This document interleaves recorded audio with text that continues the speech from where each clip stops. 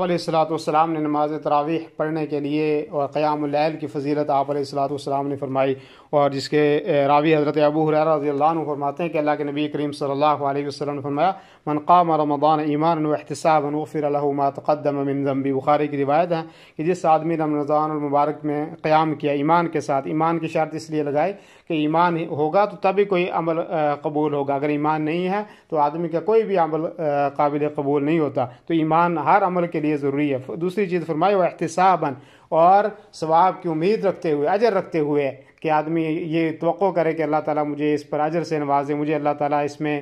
ثواب دے، یہ امید رکھنا۔ ایسے نہیں کہ جیسے کوئی نیت ہی نہ ہو، آدمی چلا گیا، لوگ کھڑے ہیں جی ویسے آدمی جا کے وہ بھی مسجد میں کھڑا ہو گیا، بلکہ ثواب کی امید لگائے ہوئے آدمی جائے، اور اسی طریقے سے جو ہے وہ نیت کے ساتھ آدمی جائے، اور یہ دونوں چیزیں ضروری ہے۔ تو آپ کو اجر کیا ملے گا؟ فرمایا غفر له ما تقدم من ذنبه، آپ کے اس سے پہلے جتنے بھی گناہ ہیں وہ سارے بخش دیے جائیں گے۔ بہت بڑی فضیلت اور اہمیت ہے، اور جیسے کہ ہم نے پہلے بھی یہ ساری چیزیں تفصیل کے ساتھ پڑھ لی ہیں، لیکن ضروری ہے کہ آدمی ثواب کے لیے جائے، اجر کے لیے جائے، اللہ تعالیٰ سے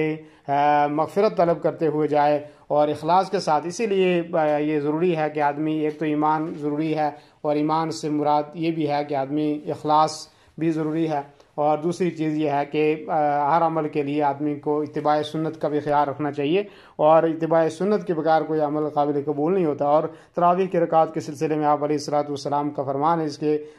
راویہ جو ہیں حضرت عائشہ رضی اللہ عنہا ہیں، کہ آپ علیہ الصلوۃ والسلام ما کان یزید فی رمضان ولا فی غیرہ علی 11 رکعہ، کہ آپ رمضان اور غیر رمضان میں 11 رکعات سے زیادہ آپ نہیں پڑھا کرتے تھے، اور لیکن اس طرح نہیں پڑھتے تھے جیسے آج ہم لوگ پڑھتے ہیں، ہم جلدی پڑھتے ہیں۔ فرمایا اس روایت بخاری اور مسلم کی روایت کے الفاظ یہ بھی ہیں، فرمایا یصلی اربعا فلا تسأل عن حسنہن وطولہن، کہ آپ 4 رکعت پڑھتے تھے، اور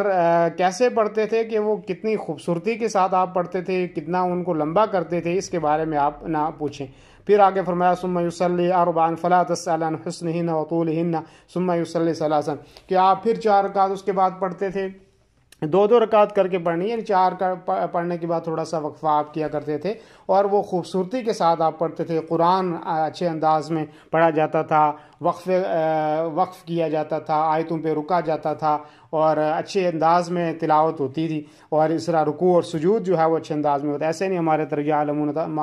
یعلمون تفعلون جلدی جیسے پڑھتے ہیں، پتہ ہی نہیں چلتا پڑھا ہے یا نہیں پڑھا، کیا پڑھا ہے کیا نہیں۔ تو اس لیے جو ہے پھر آپ علیہ الصلوۃ والسلام کے آگے الحدیث کے الفاظ ثم یصلی ثلاثا، پھر آخر میں آپ 3 وتر پڑھتے تھے۔ تو 11 رکعت آپ رمضان میں بھی 11 پڑھتے تھے، اس کے علاوہ بھی آپ 11 پڑھتے تھے۔ تو یہی بہتر ہے کہ آدمی رمضان میں اور غیر رمضان میں 11 رکعت پڑھے، اور یہی آپ علیہ الصلوۃ والسلام کی سنت ہے، اور یہی آپ علیہ الصلوۃ والسلام سے ثابت ہے۔ اسی طرح جو ہے وہ تراویح کا وقت جو آپ کو پتہ ہے کہ وہ کب شروع ہوتا ہے، عشاء کی نماز کے بعد سے لے کر طلوع فجر تک عشاء جو ہے وہ تراویح کا وقت رہتا ہے، اور یہ بھی میں نے آپ کو بتا دیا کہ 2 رکعت پڑھ کے 2 رکعت کر کے پڑھنا ہے۔ اور یہ آپ علیہ الصلوۃ والسلام نے